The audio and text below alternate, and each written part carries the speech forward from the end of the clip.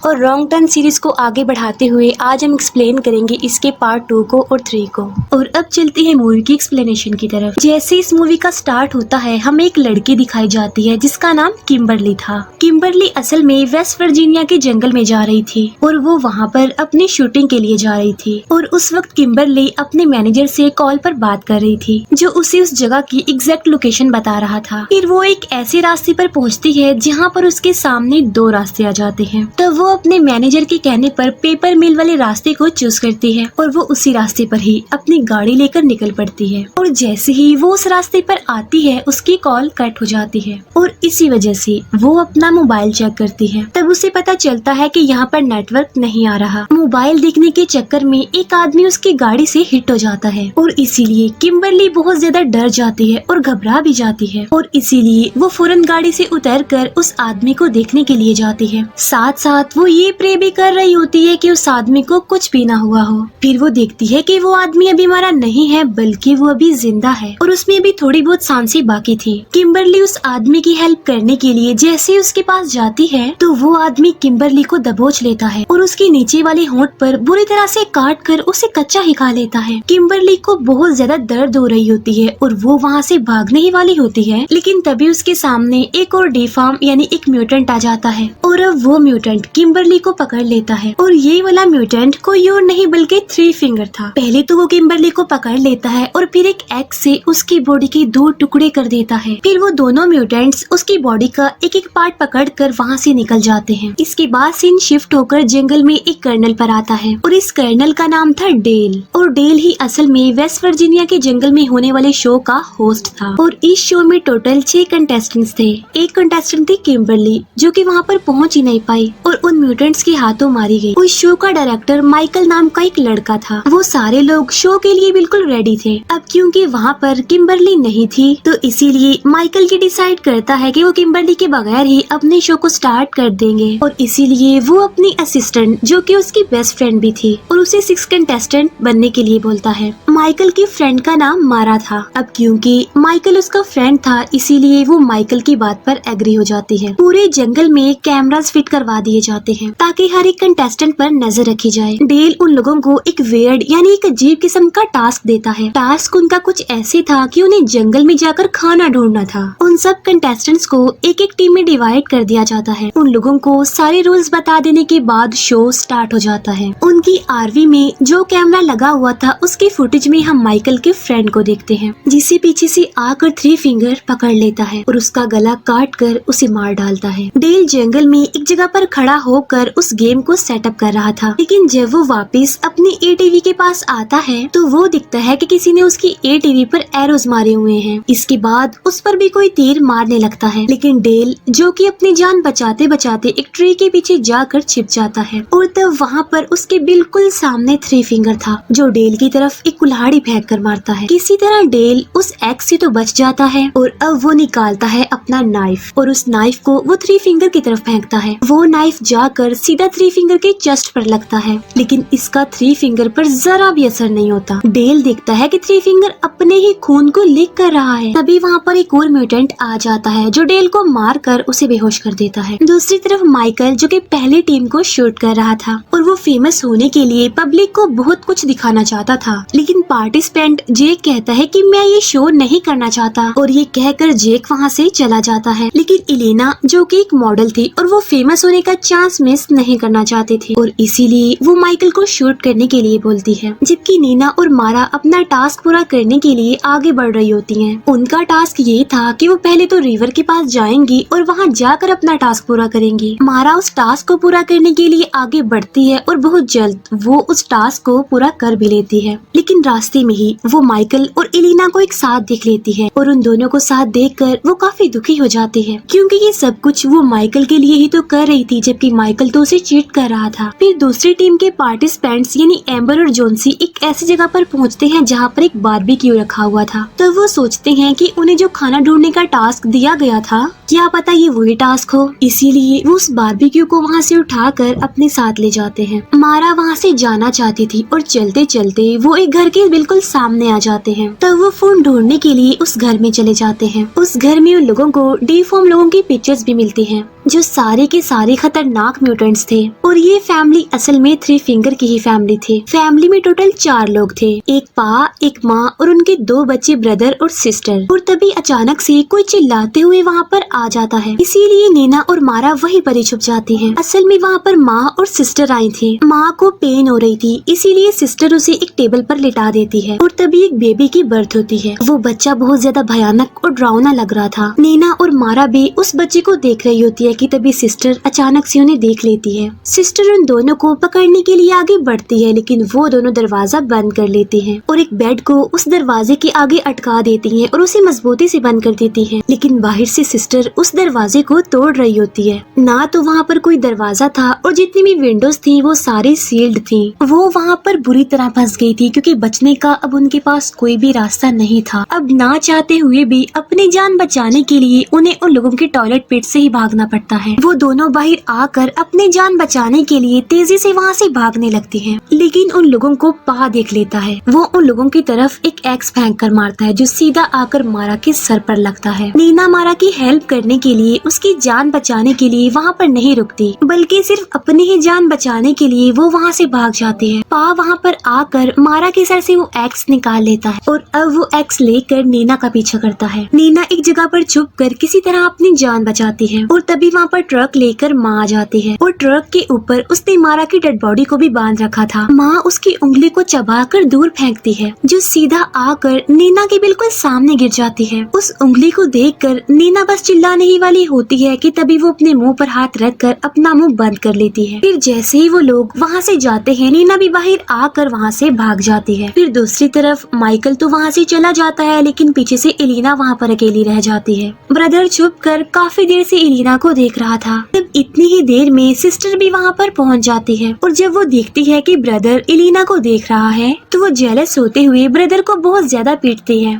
फिर एलिना वहाँ से भागने ही वाली होती है कि सिस्टर एक नाइफ लेकर उसके पीछे पड़ जाती है और वो एलिना पर चाकू से इतनी बार स्टैब करती है कि उसकी स्पाइन तक नजर आने लगती है और तब मौके पर ही एलिना की मौत हो जाती है। डेल की जब आँख खुलती है तो वो देखता है कि किसी ने उसे उल्टा लटकाया हुआ है और उसके सामने थ्री फिंगर खड़ा था जो माइकल के फ्रेंड की डेड बॉडी को काट कर डिनर की तैयारी कर रहा था। तभी पा और माँ भी ट्रक लेकर वहाँ पर आ जाती है और वो मारा की डेड बॉडी को वहाँ पर रखने के बाद वहाँ से चली जाती है। इसके बाद थ्री फिंगर डेल को मारने के लिए उसकी तरफ बढ़ता है, लेकिन डेल जो कि थ्री फिंगर पर अटैक करके उसे ही इंजर्ड कर देता है और खुद को आजाद करने में भी कामयाब हो जाता है। असल में डेल एक बहादुर इंसान था क्योंकि वो एक कर्नल जो था और वो बड़ी बहादुरी से थ्री फिंगर का मुकाबला कर रहा होता है। फिर वो थ्री फिंगर से गन छीन कर थ्री फिंगर को शूट कर देता है और यहाँ पर थ्री फिंगर का खेल खत्म हो जाता है। माइकल आरवी में आकर सारे कैमरास को चेक करने लगता है जो कि उन्होंने जंगल में सेटअप किए थे, लेकिन तभी आरवी अपने आप से ही चलने लगती है। माइकल तो ये सोच रहा होता है कि शायद आरवी को उसका फ्रेंड चला रहा है, लेकिन असल में आरवी को पा और माँ चला रहे थे जो माइकल को पकड़ लेते हैं। पा माइकल को इतना ज्यादा मारता है कि उसे इंजर्ड कर देता है। फिर तीनों पार्टिसिपेंट्स बारबेक्यू को काफी इंजॉय कर रहे थे जो कि उन्हें जंगल से मिला था, लेकिन तभी नीना डरी हुई, घबराई हुई, हाँपती हुई वहाँ पर आ जाती है और वो उन लोगों को सारी बात बता देती है और कहती है कि ये जगह हमारे लिए ठीक नहीं है, हमें जल्द से जल्द यहाँ से चले जाना चाहिए। उनमें जोन्सी समझता है कि शायद ये भी एक्टिंग का एक पार्ट है और नीना भी एक्टिंग ही कर रही है, लेकिन तभी एम्बर की नजर उस बारबेक्यू पर पड़ती है जो वो लोग खा रहे थे। वो दिखती है कि उस बारबेक्यू पर एक टैटू बना हुआ है जो कि किम्बरली का था, यानी इसका मतलब ये था कि वो किम्बरली की टांग खा रहे थे। ये देखकर तो वो बहुत ज्यादा डर जाते हैं और एक मिनट के लिए भी वहाँ पर स्टे नहीं करते और वहाँ से भाग जाते हैं। फिर वो उस जगह पर आ जाते हैं जहाँ पर उनकी आरवी थी, लेकिन वहाँ पर उन्हें कुछ भी दिखाई नहीं देता। फिर वो लोग डिसाइड करते हैं कि अपनी जान बचाने के लिए हम पेपर मिल जाएंगे। चलते चलते डेल को भी वो घर मिल जाता है जहाँ पर उसे एक आदमी मिलता है जिसका नाम मेनार्ड था। मेनार्ड वही आदमी था जिसे हमने पार्ट 1 में भी देखा था जो कि उस गैस स्टेशन का ऑनर था। डेल वहाँ पर अपने जख्मों को सी रहा होता है जहाँ पर मेनार्ड उसे इन म्यूटेंट्स, इन डिफॉर्म लोगों के बारे में बताता है। वो बताता है कि ये म्यूटेंट्स पेपर मिल से निकलने वाले केमिकल रेडिएशन और केमिकल वेस्ट का नतीजा है। जैसे ही मेनार्ड को ये पता चलता है कि डेल ने थ्री फिंगर को मार दिया है तो वो डेल पर अटैक कर देता है और साथ साथ वो ये भी कह देता है कि थ्री फिंगर मेरा बेटा था। डेल वहाँ पर पड़ा एक डायनामाइट उठा लेता है और उसे मेनार्ड के पीछे लगा देता है, जिससे वहाँ पर एक ब्लास्ट होता है और मेनार्ड के चीथड़े उड़ जाते हैं। फिर डेल उन म्यूटेंट से लड़ने के लिए सारे हथियार इकट्ठे कर रहा था। जब वो चारों जंगल में होते हैं तब उन्हें वहाँ पर किसी के चिल्लाने की आवाज आती है। वहाँ पर असल में ब्रदर और सिस्टर थे और जब वो दोनों उन्हें देखते हैं तो उनके पीछे पड़ जाते हैं। यहाँ पर भी नीना वहाँ पर रुकने की बजाय अपनी जान बचाने के लिए वहाँ से भाग जाती है। वो तीनों फ्रेंड्स उन सिबलिंग से लड़ते हैं और अपनी जान बचाने के लिए वहाँ से भाग जाते हैं। नीना जो कि भागते भागते एक बड़े से डिच यानी गड्ढे में गिर जाती है। नीना वहाँ से बाहर निकलने की काफी कोशिश करती है लेकिन नाकामयाब ही रहती है। नीना जो कि एक खुदगर्ज लड़की थी, उसने कभी भी किसी के बारे में नहीं सोचा, बल्कि वो हमेशा अपने ही जान बचाने के बारे में ही सोचती थी। लेकिन इसके बावजूद भी जेक उसे ढूंढने का फैसला करता है और वो एम्बर और जोन्सी को मिल के पास जाने के लिए बोलता है और कहता है कि तुम लोग वहाँ पर जाओ, हम भी वहाँ पर आ रहे हैं। और खुद वो नीना को ढूंढने के लिए वहाँ से चला जाता है और नीना के चिल्लाने की आवाजें सुनकर वो उसे ढूंढ लेता है। वो नीना को ढूंढ लेता है और उसे बाहर निकाल लेता है, लेकिन नीना की जान बचाने के चक्कर में उसका शोल्डर डिसलोकेट हो जाता है। लेकिन तभी उन्हें ट्रक की आवाज सुनाई देती है और वो वहाँ से भाग जाते हैं। भागते भागते वो एक एज पर यानी एक किनारे पर पहुँच जाते हैं, क्योंकि आगे उनके सामने रिवर था। तभी वहाँ पर सिस्टर भी आ जाती है जो उन पर गोलियां चलाने लगती है। अब बचने का उनके पास सिर्फ ये एक ही रास्ता था, इसीलिए वो फौरन रिवर में कूद जाते हैं।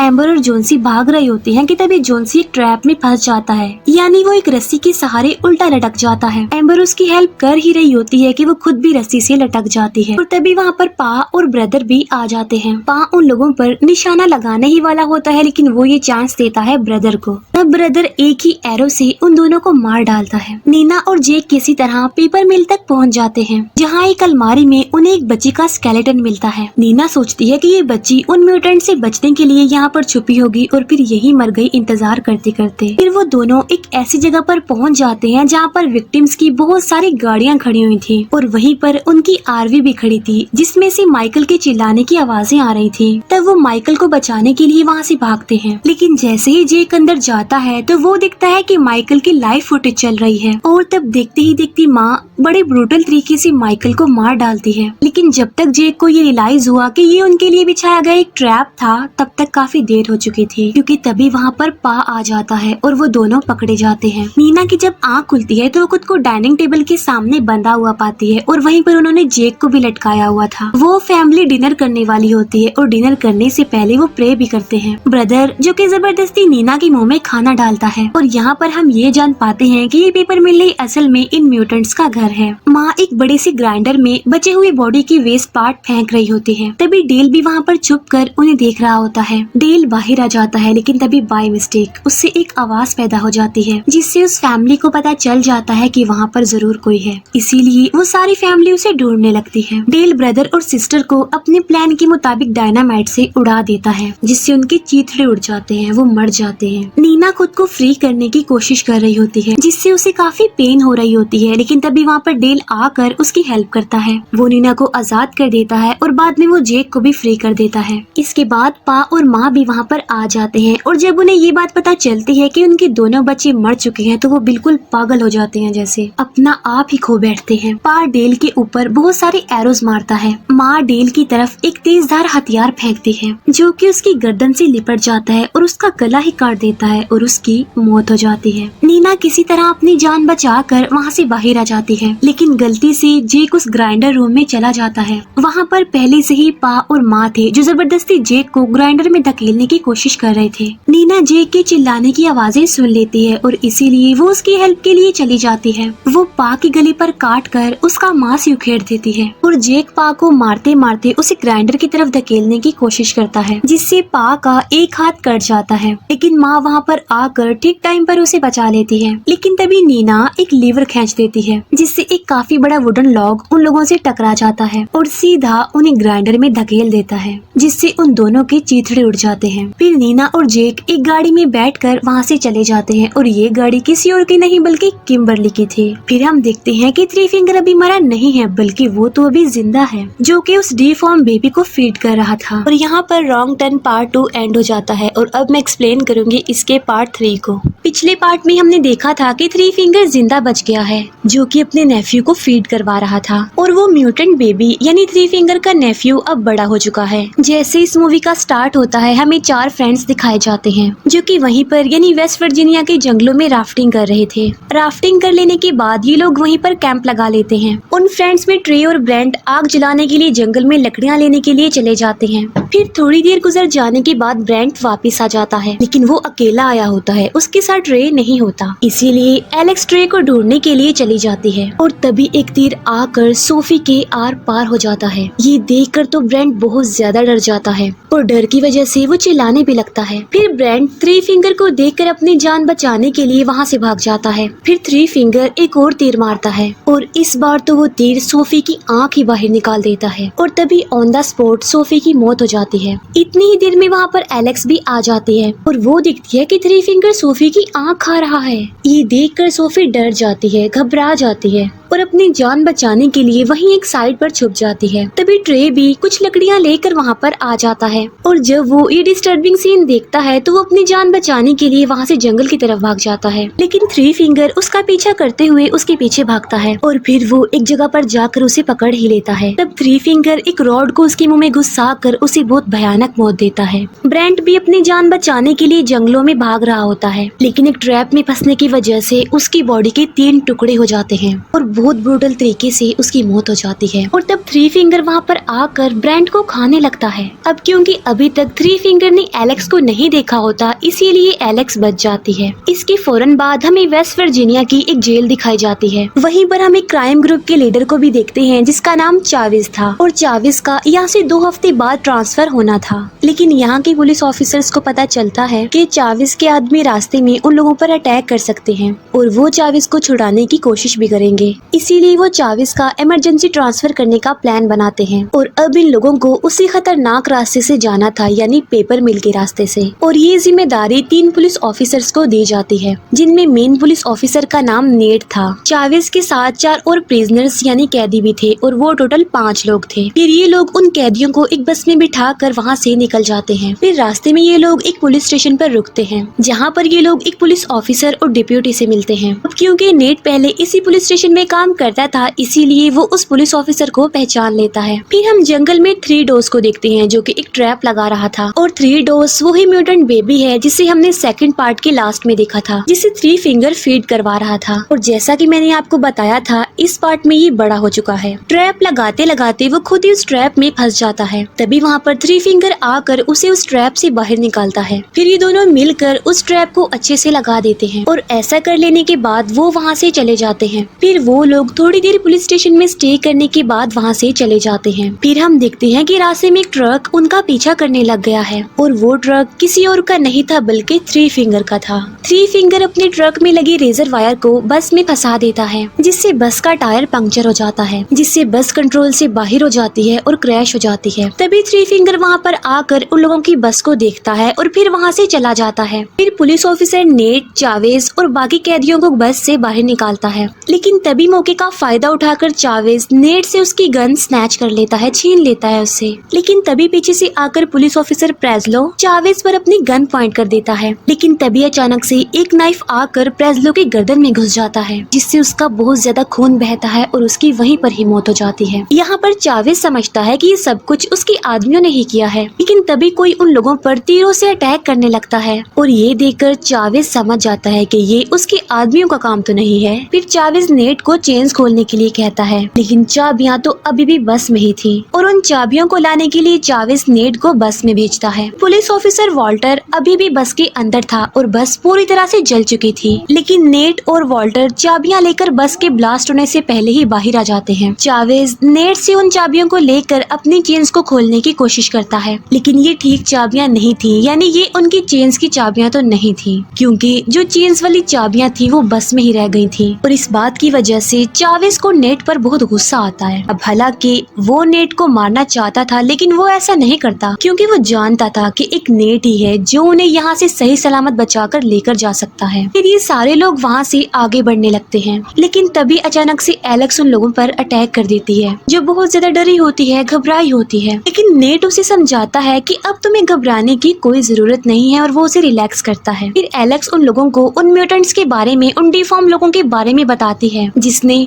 उसके सारे फ्रेंड्स को मार डाला, लेकिन उनमें से कोई भी एलेक्स की बातों पर बिलीव करने को तैयार नहीं था। फिर चाविस एलेक्स को कहता है कि तुम हम लोगों को वहाँ पर लेकर जाओ जहाँ पर तुमने कैंपिंग की थी, और तब एलेक्स इन लोगों के साथ आगे बढ़ने लगती है। रास्ते में उन लोगों को एक पलटी हुई बस भी मिलती है। बस को चेक करने पर नेट को उसमें से एक गन और एक चाबी मिलती है। उस गन को नेट अपने पास रख लेता है और बाद में उसे वॉल्टर को दे देता है। और जब ये लोग उस बस को चेक करते हैं तो इन्हें उस बस में से बहुत सारा पैसा मिलता है। तब चाविस उन लोगों को कहता है कि वो दो बैग उठाकर आगे बढ़े। अब क्योंकि वॉल्टर काफी ज्यादा इंजर्ड था, इसीलिए वो बैग उठाने से इनकार कर देता है, लेकिन चाविस उसे बैग उठाने के लिए काफी इंसिस्ट करता है। तब वॉल्टर चाविस को नेट की दी हुई गन से शूट करने की कोशिश करता है, लेकिन अनलकीली उसमें बुलेट्स नहीं थी। इस बात की वजह से चाविस को वॉल्टर पर बहुत ज्यादा गुस्सा आता है और इसीलिए वो वॉल्टर को वहीं पर शूट करके मार डालता है। अब क्योंकि नेट मजबूर था, इसीलिए वो वॉल्टर का बदला लेने के लिए कुछ भी नहीं कर सकता था। फिर चाविस उन सबको आगे बढ़ने के लिए कहता है। एलेक्स भी उन लोगों को रास्ता दिखाते हुए आगे बढ़ रही थी। तभी एलेक्स का पैर 3 फिंगर और 3 डोज के लगाए गए ट्रैप में आ जाता है, लेकिन बिल्कुल ठीक वक्त पर नेट एलेक्स को बचा लेता है। तभी वहाँ पर छुपा हुआ 3 डोज उन लोगों पर अटैक कर देता है, लेकिन चाविस अपनी गन निकाल कर उसे शूट कर देता है, जिससे 3 डोज जख्मी होकर नीचे गिर जाता है। चाविस समझ रहा था कि ये वही म्यूटेंट होगा जिसने एलेक्स के फ्रेंड्स को मारा था। तब एलेक्स बताती है कि ये वो म्यूटेंट नहीं है, बल्कि जिस म्यूटेंट ने मेरे फ्रेंड्स को मारा था वो इससे बड़ा था। और तब चाविस 3 फिंगर को चिढ़ाने के लिए 3 डोज का गला काट कर उसको वहीं पर ही छोड़ देता है, और तब ये लोग वहाँ से आगे बढ़ जाते हैं। फिर जब 3 फिंगर वहाँ पर आता है तो वो 3 डोज का कटा हुआ सर देखकर बहुत ज्यादा पागल हो जाता है। फिर जब वो लोग आगे बढ़ रहे थे तब चाविस को वहाँ पर एक चाबी नजर आती है, जिसे वो लेने के लिए आगे बढ़ता है, लेकिन एक दूसरा कैदी समझ जाता है कि ये उनके लिए बिछाया गया एक ट्रैप है, इसीलिए वो चाविस को धक्का देकर उसकी जान बचा लेता है। लेकिन वो बेचारा खुद इस ट्रैप में फंस जाता है, जिससे उसका चेहरा कट जाता है और उसकी वहीं पर ही मौत हो जाती है। तभी वहाँ पर 3 फिंगर आ जाता है, लेकिन ये लोग उस पर गोलियां चलाने लगते हैं, इसीलिए वो वहाँ से भाग जाता है। उस प्रिजनर की डेड बॉडी को चेन से अलग करने के लिए चाविस उसका एक पैर ही काट देता है, ताकि उन लोगों को चलने में आसानी हो सके, क्योंकि वो लोग चेन के जरिए एक दूसरे से बंधे हुए थे। इसके बाद वो लोग वहाँ से आगे बढ़ जाते हैं।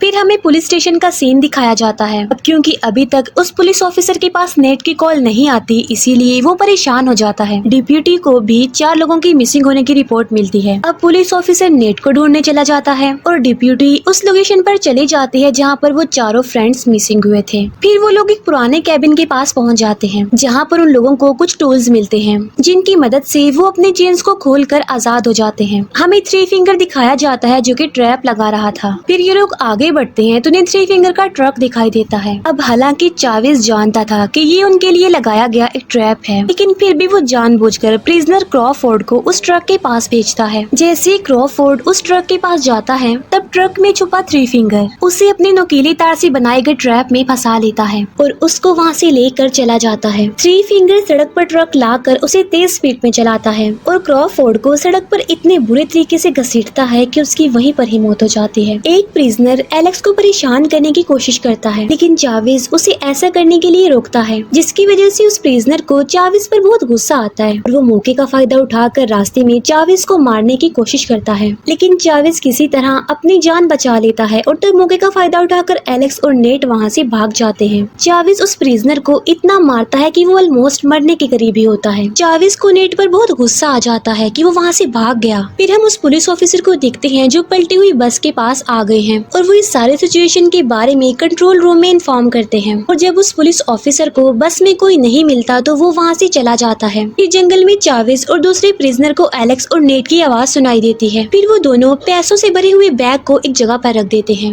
और वहाँ पर चाविस नेट को पकड़ लेता है। फिर जब नेट चाविस को ये कहता है कि यहाँ पर कुछ दूरी के फासले पर एक वॉच टावर है जहाँ पर हमें कोई फोन मिल सकता है, तब चाविस नेट की बात सुनकर उसे मान लेता है और उसे जिंदा ही छोड़ देता है। और जब ये लोग उस वॉच टावर वाली जगह पर पहुँचते हैं तो वो देखते हैं कि वॉच टावर तो जल चुका है और ये वही वॉच टावर था जिसे पार्ट 1 में उन म्यूटेंट्स भाइयों ने जला दिया था। चाविस को जब यहाँ पर कुछ नहीं मिलता तो वो नेट को मारने वाला होता है, लेकिन तभी बिल्कुल ठीक टाइम पर वो पुलिस ऑफिसर अपने अपने डॉग के साथ वहाँ पर पहुँच जाता है और वो उन सबको पकड़ लेता है। फिर वो पुलिस ऑफिसर उन सबको लेकर आगे बढ़ रहा होता है, लेकिन वो देखते हैं कि थ्री फिंगर एक ट्री पर बैठा हुआ है जो उस पुलिस ऑफिसर के ऊपर एक रॉड गिरा देता है और वो रॉड उस पुलिस ऑफिसर के मुंह से होते हुए उसकी बॉडी के आर पार हो जाता है। अब मौके का फायदा उठाकर चावेज उस पुलिस ऑफिसर की गन लेता है और उस गन को वो नेट पर पॉइंट कर देता है। फिर चावेज अपना पैसों से भरा हुआ बैग लेने के लिए वापस आता है, लेकिन वो देखता है कि वहाँ पर तो उसके पैसे हैं ही नहीं, क्योंकि एक दूसरा प्रिजनर उन पैसों को लेकर वहाँ से भाग रहा था। तभी चावेज को उसी प्रिजनर की आवाज सुनाई देती है जो कि पैसा लेकर भाग रहा था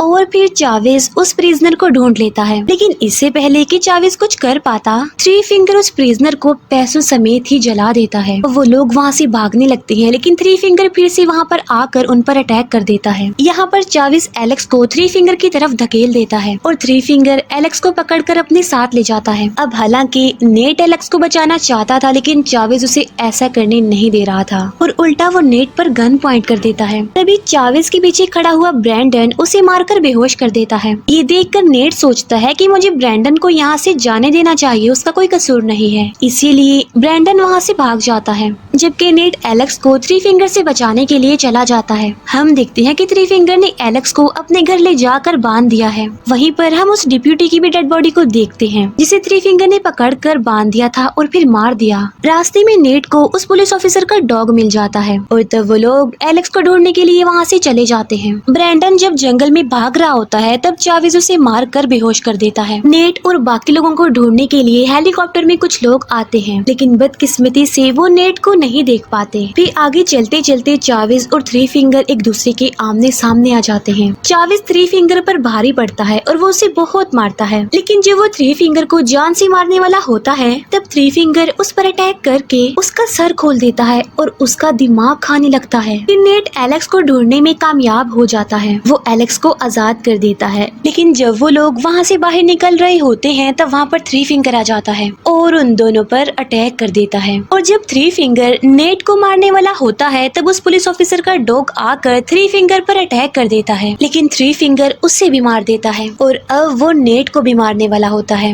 लेकिन तभी एलेक्स एक नोकदार लकड़ी को थ्री फिंगर में घुसा देती है, जिससे थ्री फिंगर जख्मी होकर वहीं पर ही गिर जाता है। वो दोनों समझ रहे थे कि थ्री फिंगर मर चुका है, इसीलिए वो उसका ट्रक लेकर वहाँ से चले जाते हैं। एलेक्स नेट का थैंक्स कहती है, क्योंकि उसकी वजह से ही वो बच पाई। लेकिन तभी अचानक से उनके ट्रक के सामने थ्री फिंगर आ जाता है और ट्रक के ऊपर भी चढ़ जाता है। एलेक्स अब बहुत ज्यादा डर जाती है और चिल्लाने लगती है। थ्री फिंगर नेट को पकड़ लेता है, जिससे वो ट्रक बेकाबू होकर एक ट्री से जाकर टकरा जाता है और इस एक्सीडेंट की वजह से वो दोनों इंजर्ड हो जाते हैं। लेकिन इससे पहले कि ट्रक को आग लगती, ब्रैंडन वहाँ पर आकर एलेक्स को बाहर निकाल लेता है और जब वो नेट को बाहर निकाल रहा होता है, तब थ्री फिंगर उन पर अटैक कर देता है। लेकिन किसी तरह वो लोग अपनी जान बचा लेते हैं। लेकिन मौके का फायदा उठाकर नेट थ्री फिंगर के हथियार को उसके सर में घुसा कर उसे मार डालता है और अब जाके कहीं ये लोग सुकून का सांस लेते हैं। और फिर थोड़ी दूर आने के बाद वो ट्रक ब्लास्ट हो जाता है और थ्री फिंगर भी उसमें जलकर राख हो जाता है। अब यहाँ पर नेट ब्रैंडन पर भरोसा करके पुलिस के आने से पहले ही उसे वहाँ से जाने के लिए बोलता है। फिर नेट की पूरी टीम वहाँ पर आ जाती है और वो एलेक्स और नेट को वहाँ से लेकर चली जाती है। फिर हम देखते हैं कि पैसों की लालच में फिर से नेट उस जंगल में दोबारा आ गया है, लेकिन इससे पहले कि वो पैसों को उठाता, कोई पीछे से आकर उसे मार डालता है और वो और कोई नहीं बल्कि ब्रैंडन था, जिस पर नेट ने भरोसा किया था। और ब्रैंडन का भी यहाँ पर आने का मकसद पैसा ही था। लेकिन तभी वहाँ पर एक म्यूटेंट आकर ब्रैंडन को भी मार डालता है, लेकिन यहाँ पर हम ये नहीं देख पाते कि वो म्यूटेंट आखिर कौन था। और यहीं पर ही इस मूवी का दी एंड हो जाता है। Thank you for watching.